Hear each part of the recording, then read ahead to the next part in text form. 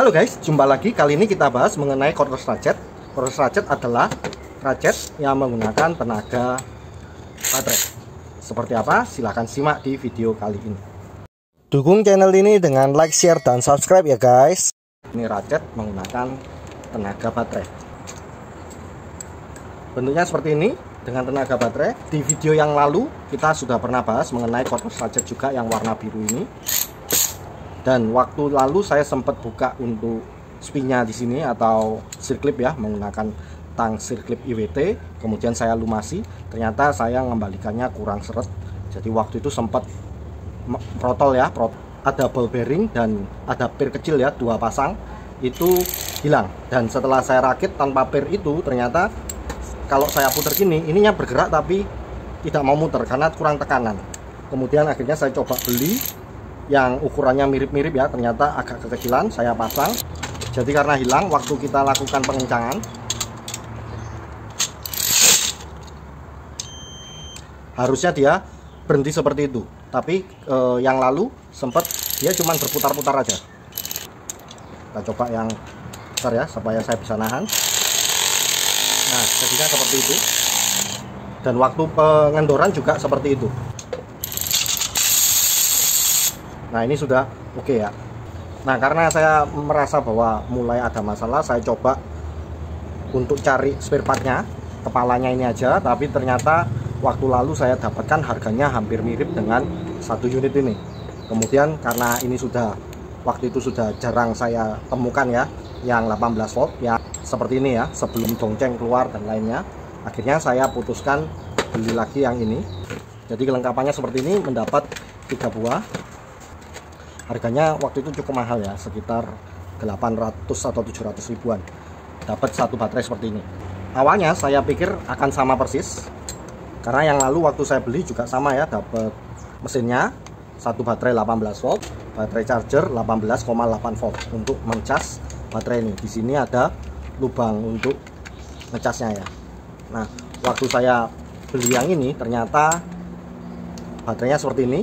Saya pikir asalnya adalah sama aja 18 volt seperti ini. Jadi di sini ada 4 baterai, cuman dia di seri ya, di seri artinya ada 4x2 atau 8 baterai. Ternyata setelah datang saya coba bongkar, ternyata isinya cuma 6. Kita lihat ya, bentuknya di sini sama persis. Ini sudah pecah ya, sudah pecah di sini. Sayang sekali, ini kualitas plastiknya kurang begitu bagus. Jadi kalau misal nih saya pasang di sini, bisa masuk dan bisa berputar. Kalau saya pasang di sini, sama bisa berputar. Cuma di sini kelihatan hijau ya, artinya indikator baterainya penuh. Tapi kalau saya pasang di sini, jadi merah, dianggap baterainya mau habis. Kenapa bisa begitu? Saya pikir hanya masalah kapasitasnya double. Ternyata setelah saya bongkar, ini hanya 6 baterai, bukan 8. Tapi 6-nya di seri, artinya hampir 24 volt atau 25 volt ya. Lebih besar daripada baterai LXT ya. LXT ini kan ada 10 tapi di seri, artinya 5 kali 4 volt atau 20 volt. Sedangkan yang ini 6 kali 4 volt atau 24 volt. Jadi di sana terdapat perbedaannya ya. Kalau ini saya pasangkan di sini bisa mutar, tapi bahaya ya, karena ini lebih tinggi voltasenya, artinya motornya akan cepat panas. Sedangkan kalau yang 18 volt saya pasang di sini bisa muter, cuma tenaganya pasti lebih rendah karena dia voltasenya dianggap mau habis. Perbedaan berikutnya adalah di sini tidak ada lubang untuk ngecasnya. Jadi kalau saya pakai ini bisa saya cas di sini, tapi nggak bisa saya cas di sini. Maka untuk mengecas harus menggunakan ini. Ini mereknya Drill Pro, sama dengan ini mereknya Drill Pro. Sedangkan di baterainya tidak ada tulisan Drill Pro-nya. Nah, waktu kalau kita ngecas, paskan ini ya, kan ada 3 pin, di sini juga ada 3 pin. Seperti itu. Nanti ada indikatornya di sini merah atau hijau waktu pengecasan. Kemudian karena ini ternyata adalah 6 sel di seri, saya nggak punya backup lagi, karena asalnya saya pikir bisa bertukar baterai dengan yang ini. Sama-sama 18 volt. Awalnya saya kira seperti ini kan baterai 12 volt, 3 paralel, 2 di seri, 3S 2P. Yang ini ternyata 6S, yang ini 5S 2P. Kenapa saya suka pakai cordless ratchet? Karena kita butuh untuk mengencangkan baut yang enggak terlalu kencang. Contoh misal kita mau mengencangkan satu busi ya, kalau kita hajar impact, khawatirnya businya bisa patah atau dratnya selek. Kalau dratnya si busi ini masih bagus ya, dari bahan besi, tapi pasangannya yang ada di mesin itu adalah dari aluminium. Kalau itu sampai selek atau dratnya rusak, bisa-bisa turun mesin dan kita buat drat baru ya, jadi blok mesinnya bisa ikut rusak, jadinya lebih mahal. Dengan menggunakan ini kita bisa kontrol untuk kekuatannya maupun kecepatannya. Jadi kita bisa sangat rendah sekali ya speednya ya. Kita coba pelan-pelan.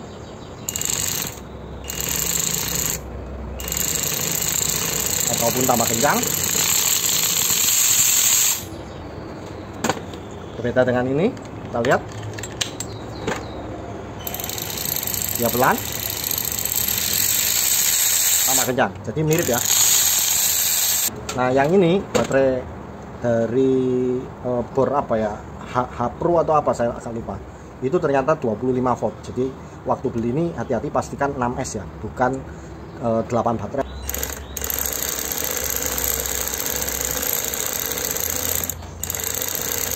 RPM terendahnya ada di sekitar 40 RPM ya, 39,9 RPM. Makin kencang, 60 RPM, 61 RPM, lebih kencang, 200,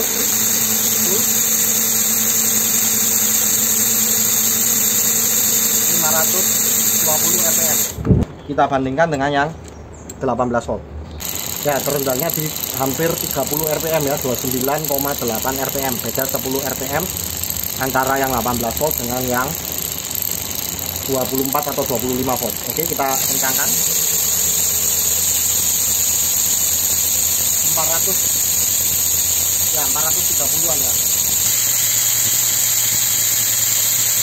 500-an. Jadi kecepatannya lebih tinggi yang 25 volt ya, biasanya kan memang seperti itu ya, voltase lebih tinggi, kecepatan akan lebih tinggi. Kecepatan terendahnya hanya selisih 10 RPM aja. Kita ukur beratnya ya, tanpa baterai 770 gram, 267 gram ya, hampir sama ya, selisih dikit aja, malah lebih berat yang ini. 771, 768. Kalau dengan baterainya 954, dengan baterai bawaannya 1061 ya, ini ada 6 baterai, ini 4 baterai. Panjang tanpa baterai di 27, dengan baterai di 30. Kalau sampai sini kita ukur 27 sama, tapi berikut baterai di 31, jadi hanya selisih 1 saja karena ini lebih tebal. Untuk diameter kepalanya, bagian leher 24,3, 24,5 ya, kurang lebih ya.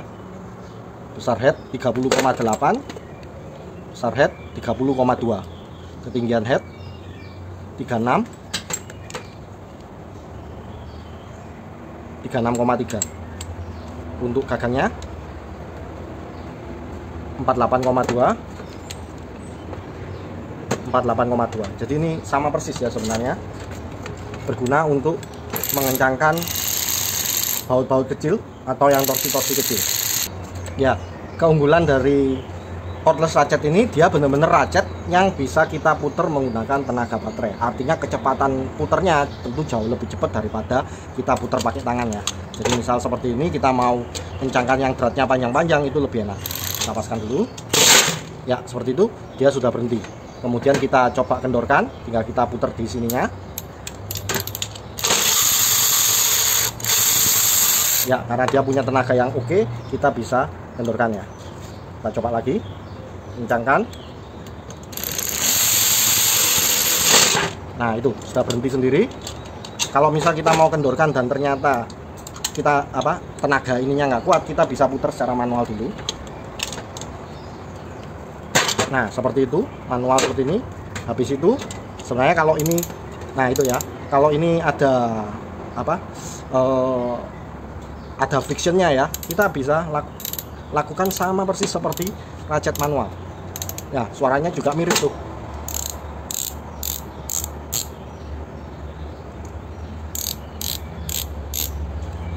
mekanisme dalamnya mirip seperti yang roto head ini. Untuk mengendorkan,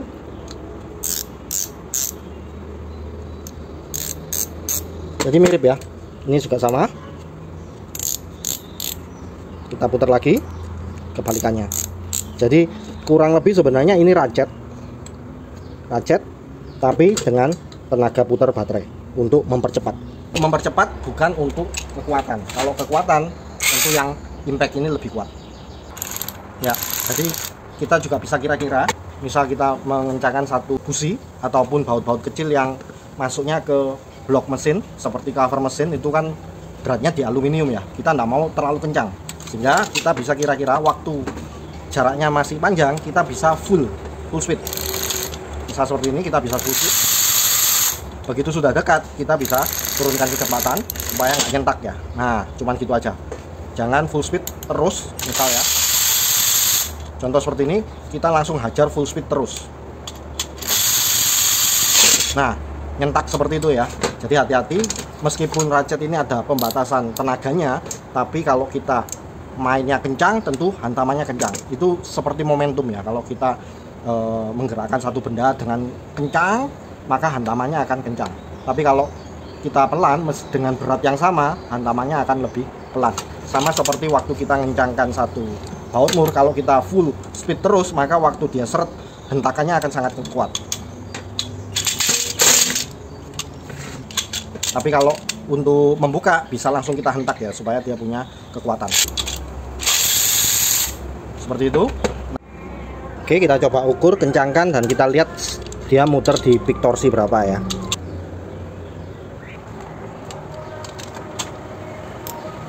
Sudah 15,9 atau 16 Nm, belum bergerak ya. Kita coba reset lagi ya, sudah gerak di 16,3.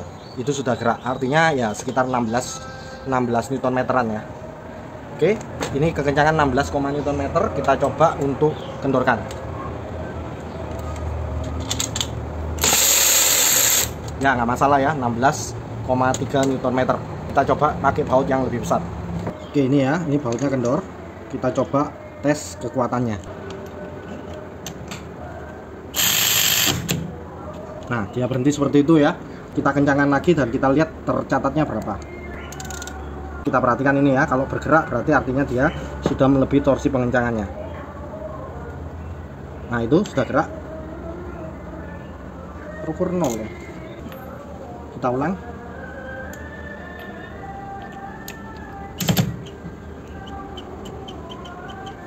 Ya, ini terlalu kencang, tenaganya nggak kuat ya. Tapi kita bisa putar manual seperti itu. Terlepas, kita kencangkan lagi, full tenaga ya. Ini trigger masih saya tekan ya, dia berhenti sendiri, jadi ada auto stopnya. Kita lihat, begitu dia gerak dikit kita hentikan dan kita baca ya, sudah gerak di 36,2 Nm. Kita lihat di 36,2 Nm apakah dia kuat untuk membuka. Langsung saya tekan full ya, nggak kuat ya. Sekali lagi kita coba ya, nggak kuat. Kita putar manual, baru kita tekan. Oke, ini kendor. Kita kencangkan menggunakan tenaga yang sepelan mungkin.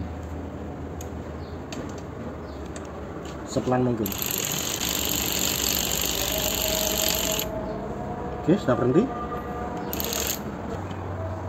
Saya rasakan ya, ini sudah bergerak. Oh, enggak tercatat ya, sudah gerak ini. Cuman 4 tadi sudah gerak, enggak terbaca. Jadi bisa di bawah 4 Nm. Mudah untuk dikontrol ya, jadi tenaganya. Kita lihat untuk membuka kalau cuman 4 Nm. Ya, nggak ada kendala ya. Kita coba kencangkan lagi dengan medium, penekanan medium ya. Oke, sudah berhenti. Kita lihat kalau medium berapa ya, 17,6 Nm ya. Nggak ada kendala ya. Kita coba kencangkan sekarang, berapa dia bisa membuka saat kencang ya. Tadi 36 Nm nggak kuat, kita coba misal 30 ya. Saya coba kencangkan sampai 30 Nm, 30,5 Nm. Kita coba lepaskan. Ya, bisa ya. 33,1 Nm. Ya, nggak bisa ya. 33,1 Nm. Kita coba lagi. Ya, nggak bisa. Tapi kita bisa kendorkan manual. Baru kita lakukan. Sampai seberapa kuat? Nah, ini kan plastik ya semuanya. Ya, jangan terlalu kuat juga ya. Paling ya kira-kira aja. Kalau terasa ini agak melengkung gitu ya, jangan diteruskan karena ini plastik. Jadi bukan ininya yang nggak kuat, plastik bodinya ini yang nggak kuat. Coba kita bandingkan dengan ini ya. Oke. Ya, sudah geser. 31,5 saja. Kita coba kendorkan pakai ini. Ya, bisa ya. 31,5. Kita coba kencangkan pakai ini.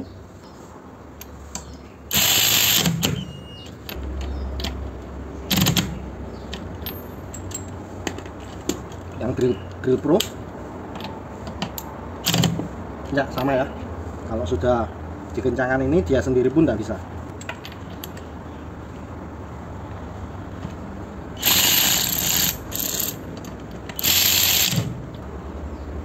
Ya, tadi cuma 23 Nm. Oh, saya kelebihan ya, 40,6. Nggak mampu.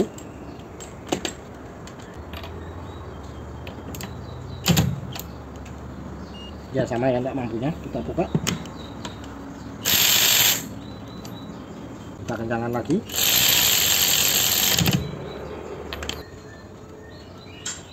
Ya, itu tadi 22,1 sudah berputar. 26, 30, 33,7. Ya, sudah nggak mampu ya. Oh, bisa. 34,0. Ya, nggak bisa ya. Ya, masih bisa ya. Jadi memang voltase berpengaruh.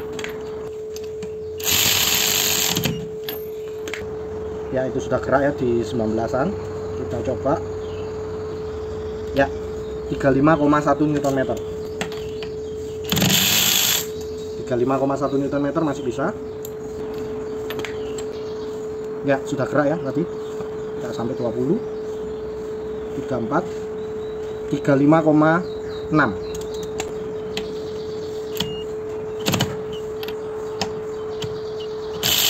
Ya, kadang masih bisa ya. Jadi kurang lebih di 36an ya. Tadi 36 kan sudah nggak bisa. Keunggulan dari ratchet seperti yang saya kasih tahu tadi, bahwa kita bisa atur kekuatan dan kekencangan dari motornya. Setelah itu ada kalanya kita masih perlu dapat feeling ya. Untuk pengencangan kita bisa lakukan secara manual untuk dapat, oh ini sudah cukup nih atau kurang nih. Itu karena kita bisa main feeling. Kalau pakai motor aja kita nggak tahu kekuatannya. Setelah kencang, kita bisa kencangkan pakai feeling tanpa ganti-ganti alat. Dengan begitu, kita bekerja lebih efisien, kecepatan dapat, feeling dapat, tapi kekuatan bisa kita kontrol dibandingkan menggunakan impact. Impact ini kuat banget, tapi ya balik lagi, apakah kita bisa ngontrol apa enggak, tergantung ya. Mungkin jam terbang bisa, bukan saya bilang nggak ada yang bisa ya, pasti ada yang bisa, tapi buat saya cari amannya saja, bukan main-main di media ya, apalagi di mesin. Kalau sampai rusak tentu perbaikannya akan lebih tinggi, nggak sebanding dengan percobaan kita. Demikian, terima kasih. Tinggalkan komen, like, share, dan subscribe.